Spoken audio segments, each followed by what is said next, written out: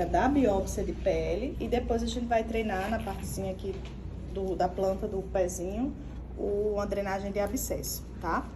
Então, o que é que a gente primeiro faz, né? Então, é identificar a lesão que a gente vai biopsiar. Então, na maioria das vezes, se escolhe uma lesão mais nova, caso o paciente tenha um polimorfismo lesional. E sempre, quase em sua maioria, pegando borda de lesão, pegando borda e um pouco de pele sã. Principalmente se for uma úlcera ou se for uma bolha. Porque é justamente na área de transição de pele sã para pele doente que vai estar ali a topografia da formação da lesão, né? Então, aqui vocês vão simular como se isso fosse uma úlcera e eu quero que pegue um pouco de lesão, um pouco de pele sã.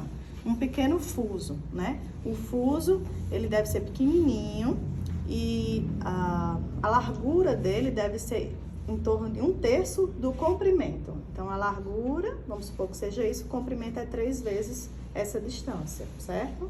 Então, 3 vezes o valor da largura é o comprimento, que é o que vocês vão treinar aqui. Então, inicialmente, identificar qual a lesão, explicar ao paciente o que é que vai ser feito, né?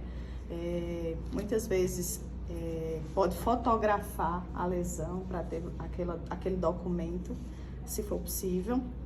E aí vai fazer a asepsia, lavagem das mãos, e são luvas estéreis, certo? Aqui a gente vai estar com luva de procedimento, mas são luvas estéreis, é um procedimento estéreo, então todo o campo estéreo, né? E aí a gente vai começar com o quê?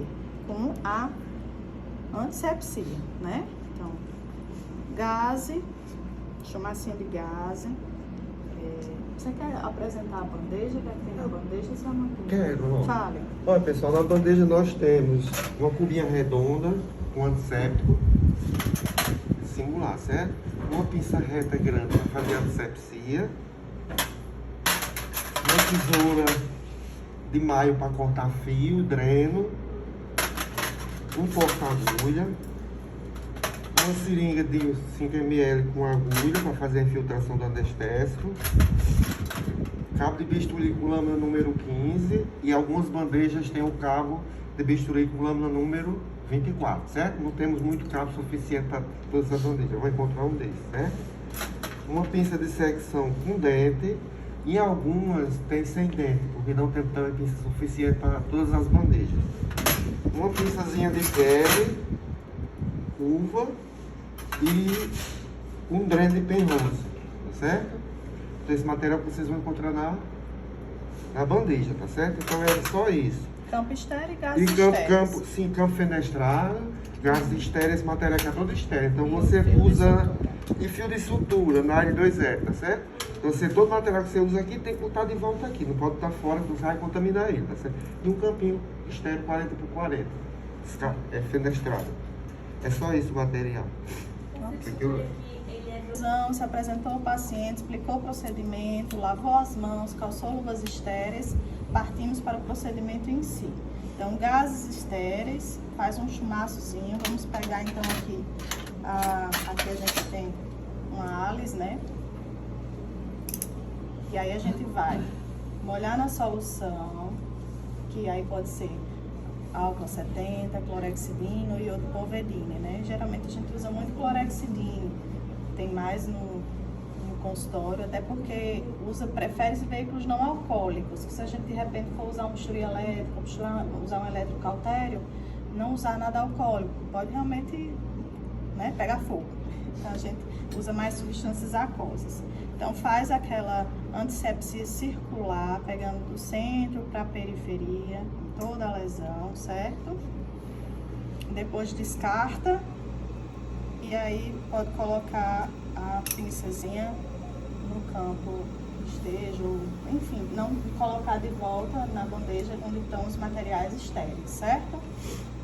E aí, depois de fazer a antisepsia, a gente passa para a posição do campo estéreo.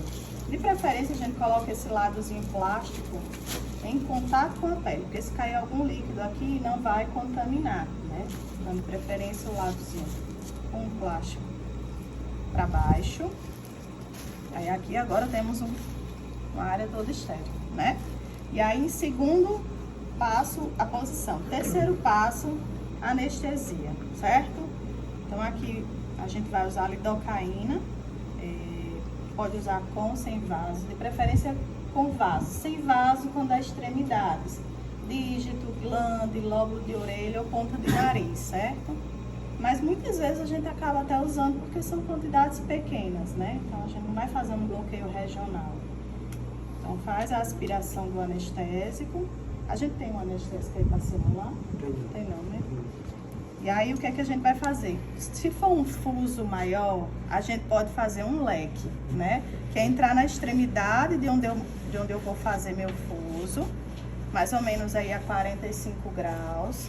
Eu direciono para a lateral, aí eu faço a aspiração e vou fazendo uma retroinjeção. Vou tirando a minha agulha e vou injetando.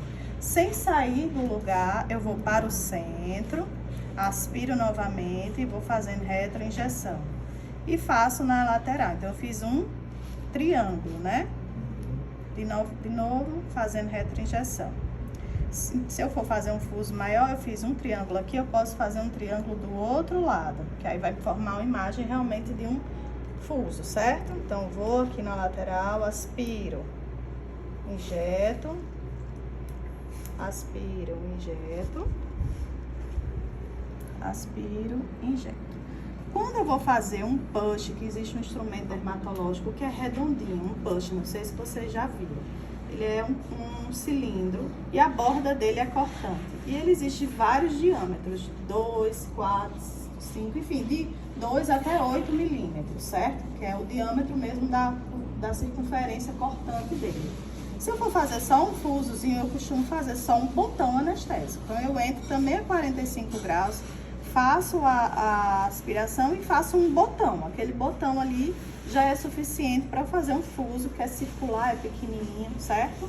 Então, posso fazer ou um botão ou um leque, dependendo da forma como eu for fazer. Fiz a anestesia, espero ali um pouquinho, mais ou menos um minutinho é suficiente, certo? Para que eu já tenha a ação do efeito anestésico. E aí, então, eu vou com a minha lâmina de bisturi,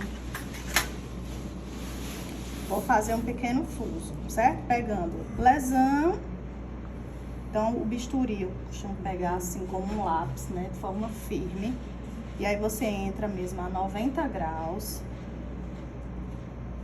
E aqui a gente vai fazer um pequeno fuso. Pegando a área de lesão, área de pele sã. Certo? Então, mais ou menos, vocês vão treinar a fazer um fuso pequeno mesmo. E vai aprofundando até chegar no subcutâneo. Então, eu tenho que representar as 3 camadas de pele. Geralmente, eu toco assim, vejo a lesão solta. Isso é, na pele não humana, é do mesmo jeito.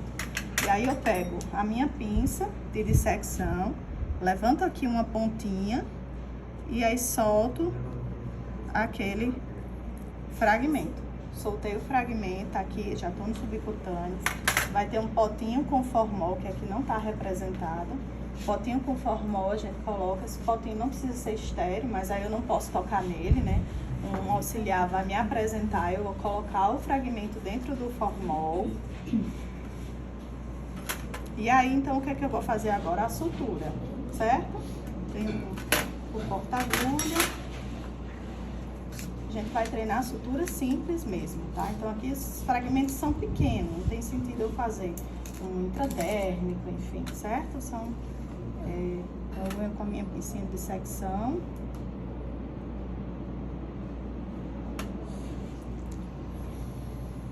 E aí, dá pra dar aqui 2 pontinhos. Entro com a agulha 90 graus, isso é importante, porque às vezes a gente vai querendo entrar assim. Não adianta, não vai pegar bem o tecido. Entra 90 graus, saio.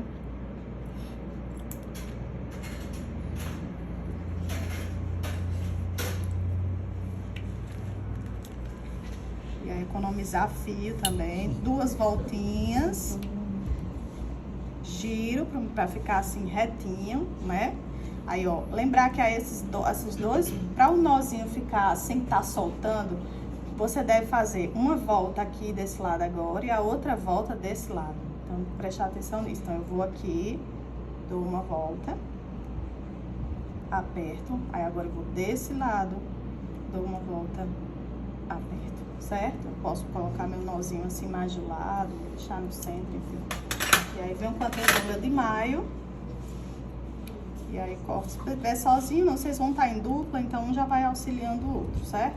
Então um faz um ponto, outro. Então aqui fiz minha sutura, finalizo, às vezes com a soluçãozinha, ou a própria clorexidina, ou uma solução de soro fisiológico, faço a limpeza do local, em seguida vou fazer o curativo gaze, posso colocar alguma vaselina sólida, um guento aqui também para não colar a gaze, né? Eu costumo usar no consultório vaselina sólida mesmo. Coloco aqui a gaze e esparadrapo. Fragmento no potinho identificado, nome, local, data em que foi feito e as suas hipóteses diagnósticas, certo? E assim como a requisição que a gente vai preencher, ok? Então, uma área de flutuação que a gente tem aqui nessa região. Vai ter sinais flogísticos, né, em vivo, eritema, rubor, dor e a flutuação. Palpar o ponto máximo de flutuação, esse vai ser o local onde você deve fazer a drenagem, certo? E aí, da mesma forma, comunicar ao paciente, explicar o que será feito, né? Fazer aquele achado inicial que a gente sempre faz. Vir novamente com luvas estéreis, lavagem das mãos também é um procedimento estéreo, né?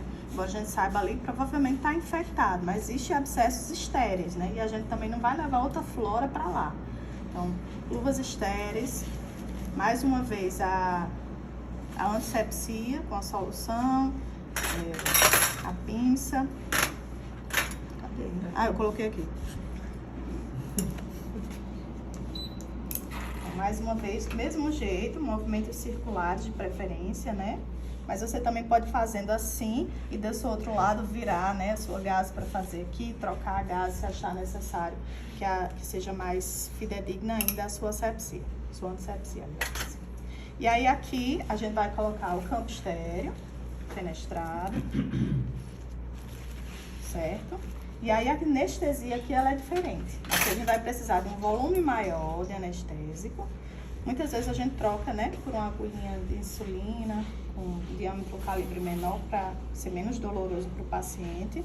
E aí a anestesia aqui ela é por bloqueio, ela é circular em torno da lesão. Então se eu tenho um abscesso, um cisto, um lipoma, uma lesão circular que eu vá fazer anestesia local, eu posso fazer dessa forma, de bloqueio. Então eu entro ao redor, palpo mais ou menos a área da lesão.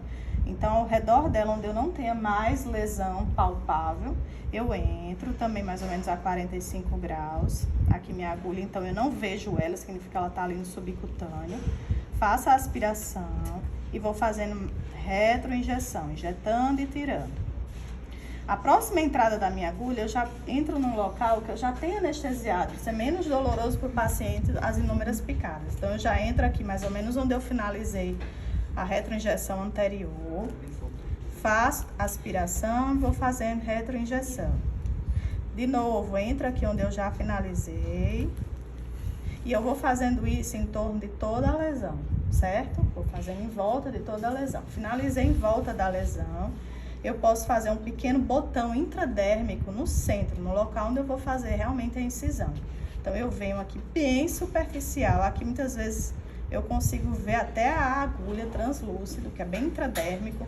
Faço, aqui eu não preciso nem fazer aspiração, então não tem um vaso para aspirar. E eu faço um pequeno botãozinho. Esse pequeno botão, muitas vezes, vai ficar até vasoconstrito. Eu já vejo ali realmente a vasoconstricção imediata naquele local, que é bem superficial, certo? Então, a anestesia dessa forma, por bloqueio ao redor de toda a lesão e um pequeno botão intradérmico em seu centro. Espero aí também aí um minutinho e meio para fazer essa anestesia. E aí eu venho então com minha lâmina de bisturi. Minha lâmina de bisturi também a 90 graus, pegando firme. Eu vou naquele local exatamente de maior flutuação, onde eu fiz o meu botãozinho intradérmico. Então eu vou lá e vou fazer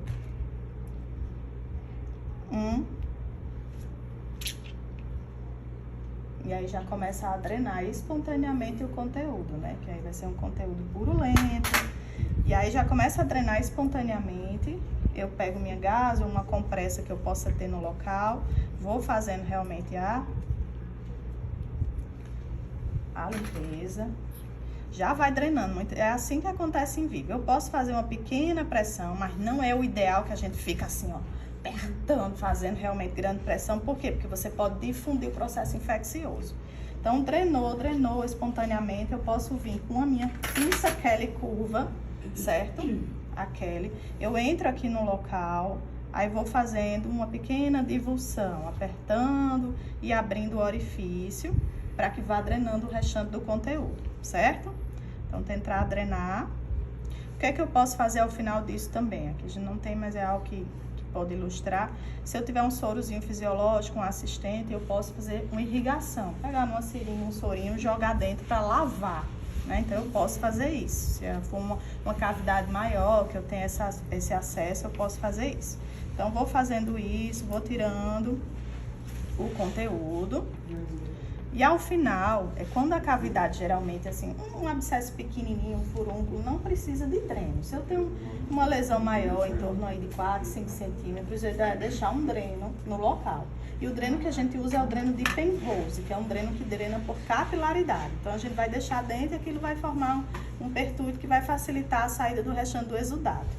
Como é que eu ponho o dreno? Então, eu tenho que deixar em média aí 2 centímetros para fora, certo? Então, eu prendo aqui com a pinça a Kelly, venho com a dissecção. Não sei se o meu orifício está tão pequeno, deixa eu ampliar aqui ele um pouquinho.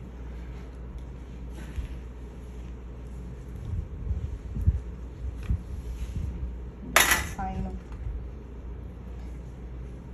Então, aí, para colocar o dreno, eu fixei aqui, venho com a minha dissecção e vou introduzindo, certo? Coloco, aí eu pego aqui novamente, vou introduzindo dentro da lesão. Às vezes dificulta um pouquinho, porque o buraco está muito pequenininho. Deixa eu ir tentando colocar. E o dreno é enorme, né? Vocês podem cortar isso aqui. Vou até cortar um pouquinho, tá muito grande. Eu não vou conseguir colocar, não.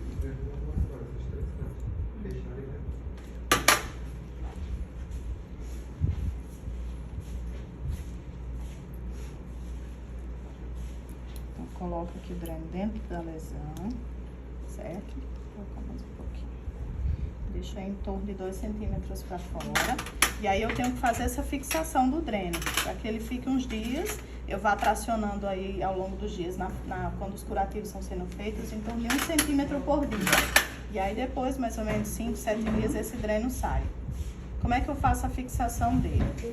Essa incisão a gente não fecha, vai ficar aí, né, cicatrizando por segunda intenção.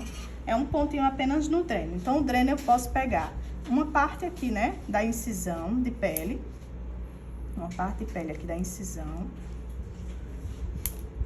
Vou sair aqui. E vou pegar uma partezinha do dreno, lateral do dreno, certo? Então, parte da lateral do fuso, ou da incisão, e lateralzinha do dreno. E vou dar aqui um pontinho.